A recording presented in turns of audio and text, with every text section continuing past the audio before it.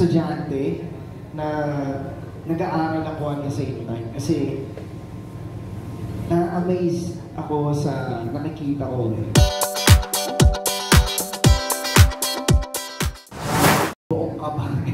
Parang ako mismo yung kabahan sa lahat. Pero hindi ko kasi pwedeng, yung ito pong klaseng project kasi, hindi ko pwedeng sarili mo lang yung iintindi mo. Kasi isang buo po siya. Kumbaga, kapag may bumigay na isa, kakalas po talaga lahat. So, may isang pagkakataon po na yung pagdating na po sa akin. So, sobrang nervyos ko talaga.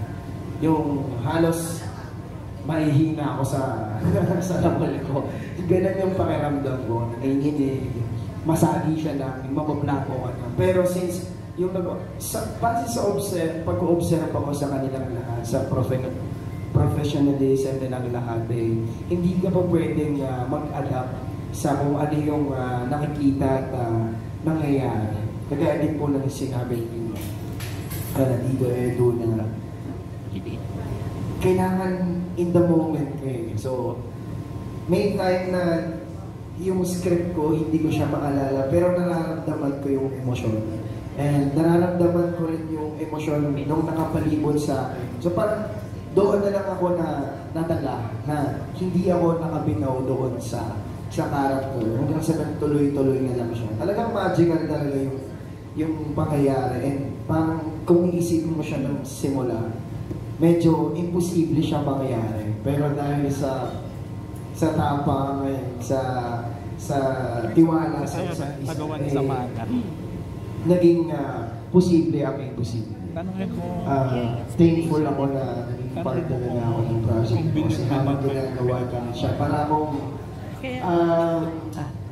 estudyante na nag-aaral ako at the same time. Kasi na-amaze ako sa nakikita ko.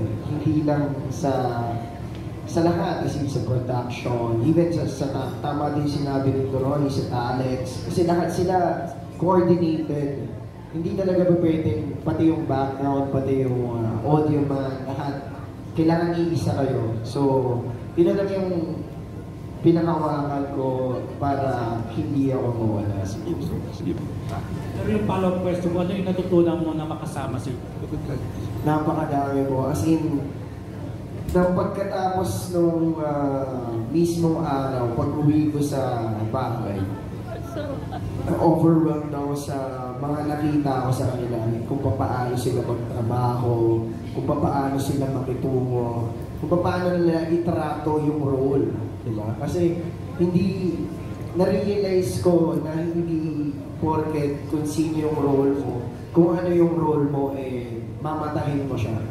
Kumbaga, alam ko naman na siya dati, pero mas nag-make sense lang sa akin na importante ang bawat character sa isang eksena. Hindi lang siya, lalo na syempre sa buong pelikula, sa buong istorya. So, napakalawak and hanggang ngayon, hindi pa rin ako makapaniwala na natapos namin yung project kasi ang saya sa pakiramdam na lahat silang artist.